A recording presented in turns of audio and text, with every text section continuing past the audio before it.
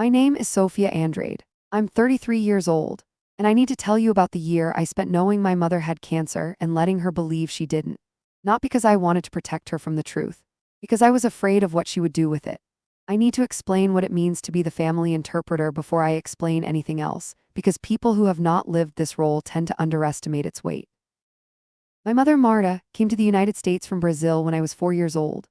My father had come 2 years earlier, established himself in construction work in Newark, and sent for us when he had enough saved for the deposit on a small apartment.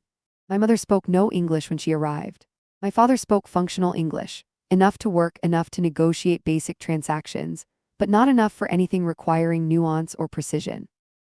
I learned English fast, the way children do when survival requires it.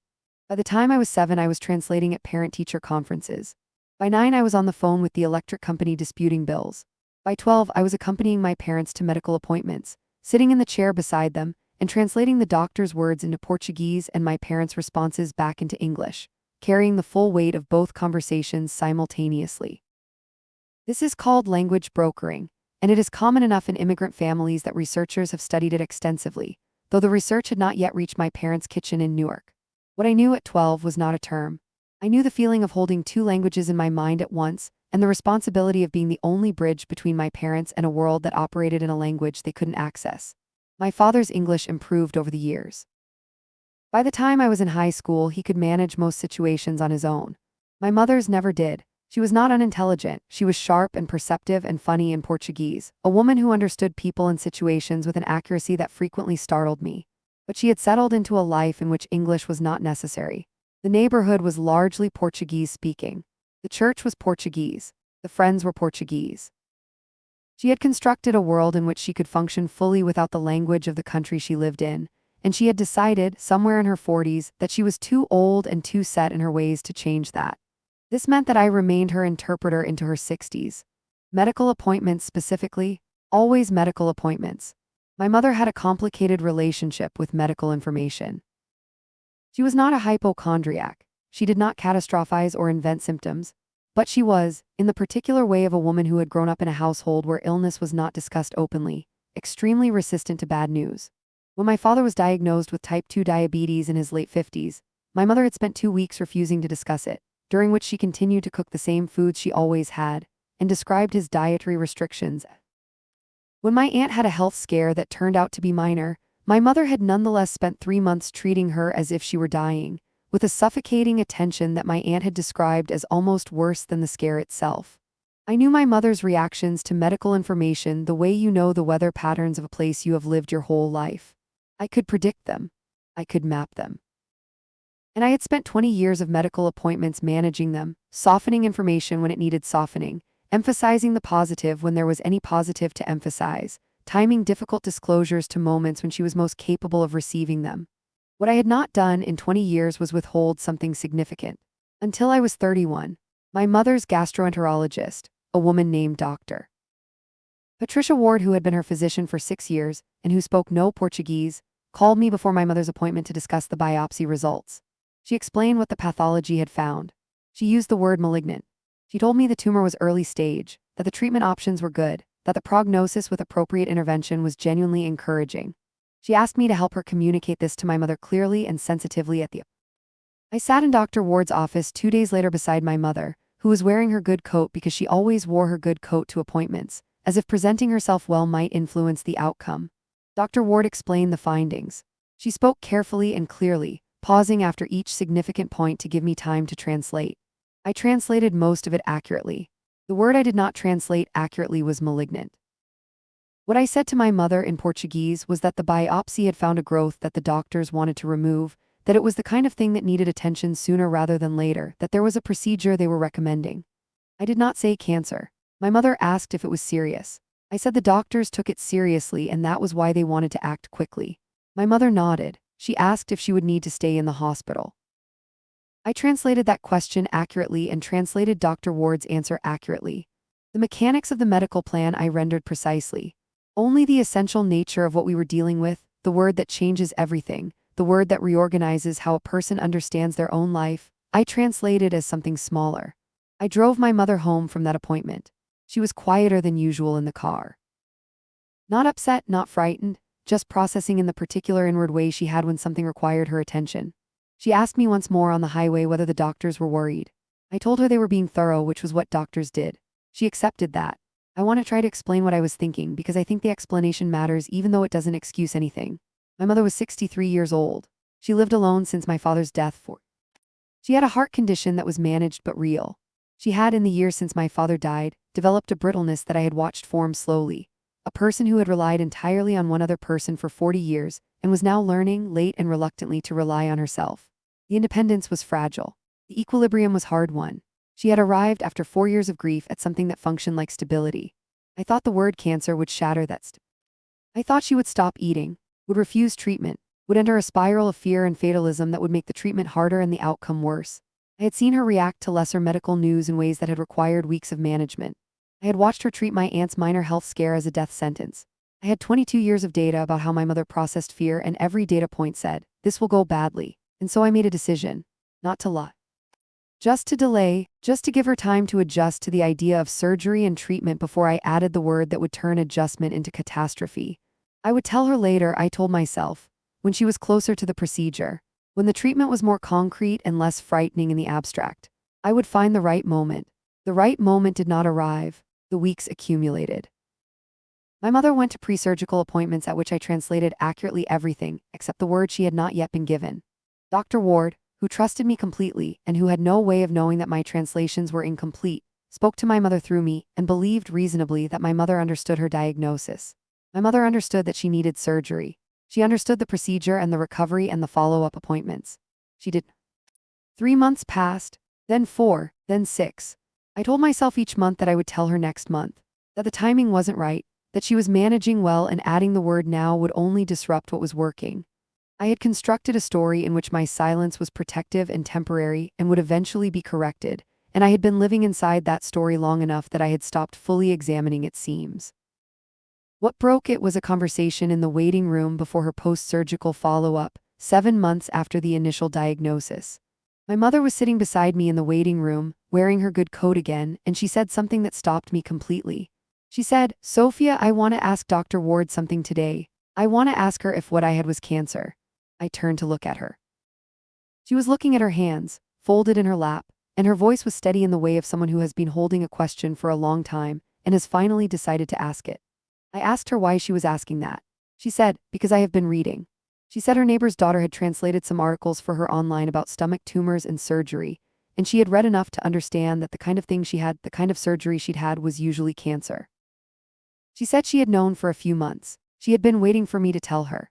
I sat in that waiting room and felt something open up in the floor beneath me. She had known, not from me.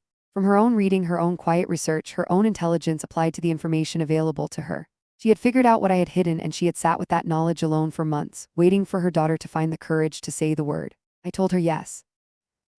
I told her everything, what Dr. Ward had told me, what I had told her instead, why I had made that decision, what I had told myself each month that I didn't correct it. She listened to all of it without interrupting. When I finished, she was quiet for a long time. Then she said, in a voice that was very controlled, Sophia, I am not a child. Those 5 words are the ones I carry. Not as an accusation, she did not say them with anger, she said them with a quiet gravity that was something other than anger. A statement of fact. A correction to a misunderstanding I had held for 20 years without examining it. I had treated her, in my mind, as someone who needed to be managed, who could not be trusted with hard information, who required a translator not just for language but for reality itself, a person who stood between her and the difficult truths and made them smaller before handing them over. I had been doing this, in some version, for 20 years. The cancer was the moment it became something I could not contain or justify or delay any further. We went in to see Dr. Ward together. I told Dr. Ward, with my mother sitting beside me, that I had not fully translated my mother's diagnosis at the initial appointment, and that I needed to correct that now. I told my mother, in Portuguese, with Dr. Ward listening, everything that had been said at every appointment that I had softened or omitted or delayed. Dr. Ward was professional and gracious about it in a way I did not deserve. She addressed my mother directly, through me, answering every question my mother now asked with the full information she had always been entitled to. The prognosis, Dr. Ward said, remained good. The surgical outcome had been excellent. The follow-up protocol was standard and manageable. My mother asked her questions in a clear, organized way. She had thought about what she wanted to know. She had prepared, alone, for a conversation she had been waiting for me to start. I drove her home after the appointment. We didn't speak for most of the drive. In the parking lot of her building, she turned to me and said, "I understand why you did it. I don't agree with it, but I understand it." That was all she said about it directly. We have never had a long conversation about what happened. My mother is not a person who processes things through talking, and the conversation in the parking lot was, I think, the one she had decided to give it. Complete. What changed was not her words to me, but her behavior with me in the appointments that followed. She began bringing a notepad. She began asking questions before I could translate them. She would look at Dr. Ward and then look at me, and the sequence was different, more active, less dependent on my intermediation. She found a community health worker through her church who spoke both languages and who accompanied her to 2 appointments without me, to understand for herself what was being said without my filter. She was not punishing me. She was correcting a dynamic that had existed for 20 years and that I had finally, disastrously made impossible to ignore. I am 33 years old. My mother is 65 and her follow-up scans remain clear, and she wears her good coat. We talk every Sunday. She asks about my work and I ask about her health, and the conversation is warm and ordinary in the way of 2 people who have come through something difficult and arrived, not at the same place they started, but a different place that is real. What I have had to reckon with, what I am still reckoning with, in the particular slow way of things that require more than resolution, is what my silence said about how I understood my mother. I thought I was What I was actually doing was deciding that my fear of her reaction mattered more than her right to know what was happening in her own body. That is not protection. That is control wearing protection's face. My mother is not a child. She never was, I knew that. I had simply chosen, for reasons I am not proud of, to act as though I didn't. She gave me 5 words that corrected 20 years of a misunderstanding I had built into the architecture of how I loved her. I am trying now to build something different in its place. Something that starts from the truth and stays there, even when the truth is frightening. Especially when the truth is frightening. There is a part of this story I have not told anyone outside of my closest friend and the therapist I began seeing 6 months after the parking lot conversation. In the months between the initial diagnosis and the moment my mother told me she already knew, those 7 months of silence, I kept. Not deliberately, not as a practice I had decided on, but because the weight of what I was carrying required somewhere to go, and I had no one I could tell. I went back and read that journal recently. All of it start to finish in one sitting. What I found was not what I expected. I had expected to find rationalizations, the month-by-month construction of reasons why this month was not the right month, the careful architecture of self-justification I had built. And those were there. But underneath them, in entries I had written late at night when the rationalizations had run out, was something more honest. Fear. Not of my mother's reaction, or not only that, fear of the conversation itself. Fear of being in the room when my mother received information that would frighten her, because receiving that fear from her, absorbing it, managing it, being the person who had delivered it, was something I did not know how to do. I had been translating for my mother for 20 years. I had carried her words and the words of doctors and nurses and insurance representatives and pharmacists across the bridge between 2 languages. And in all of that time I had managed, without fully understanding that I was doing it, to position myself as the filter, the intermediary, the person who determined what reached her and in what form. That position had felt for most of those 20 years like service, like love. Like the particular form of care that an immigrant family's child learns to provide when they are the one who can navigate the world the family lives in. What it had become, slowly and without my noticing, was control. The cancer was simply the moment the control became undeniable. My therapist, a woman named Dr. Chen, who specializes in family systems and intercultural dynamics, has spent a significant amount of our time together helping me understand something that I had not been able to see from inside my family. She said, language brokering in immigrant families creates a specific power dynamic that is rarely examined because it looks like generosity. The child who translates is doing something selfless. The parent is dependent and grateful. But the child also, inevitably, has power over the information their parent receives, the power to edit, to soften, to delay, to choose. Most children who language broker for their parents never misuse that power significantly. But the power is there. And families rarely examine it because the relationship is built on a foundation of the child's helpfulness, which makes the power invisible. She said, what you did with your mother's diagnosis was not a unique failure. It was a specific, consequential instance of a dynamic that had been present in your relationship for 20 years, finally reaching a situation that made it impossible to ignore. I have thought about this often in the months since she said it. The journal entries, the ones from late at night, show a person who understood, somewhere underneath the rationalizations, that what she was doing was wrong. who knew that the right thing was the word she wasn't saying, who had been trained by 20 years of managing her mother's reactions to believe that she was the only one capable of deciding when her mother was ready for something. I was not the only one capable of deciding that. My mother was capable of deciding that. She was, as she told me in the parking lot, not a child. I have also thought, in the months since the parking lot, about the community health worker my mother found.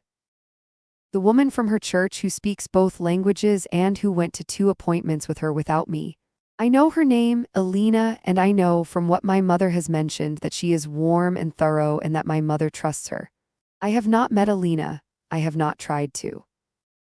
That my mother found her, reached out, established a relationship with someone who could help her navigate medical appointments without depending entirely on me, that is something I can only understand as an act of self-determination. My mother decided she needed something that I had not been providing, and she went and found it. That decision took courage.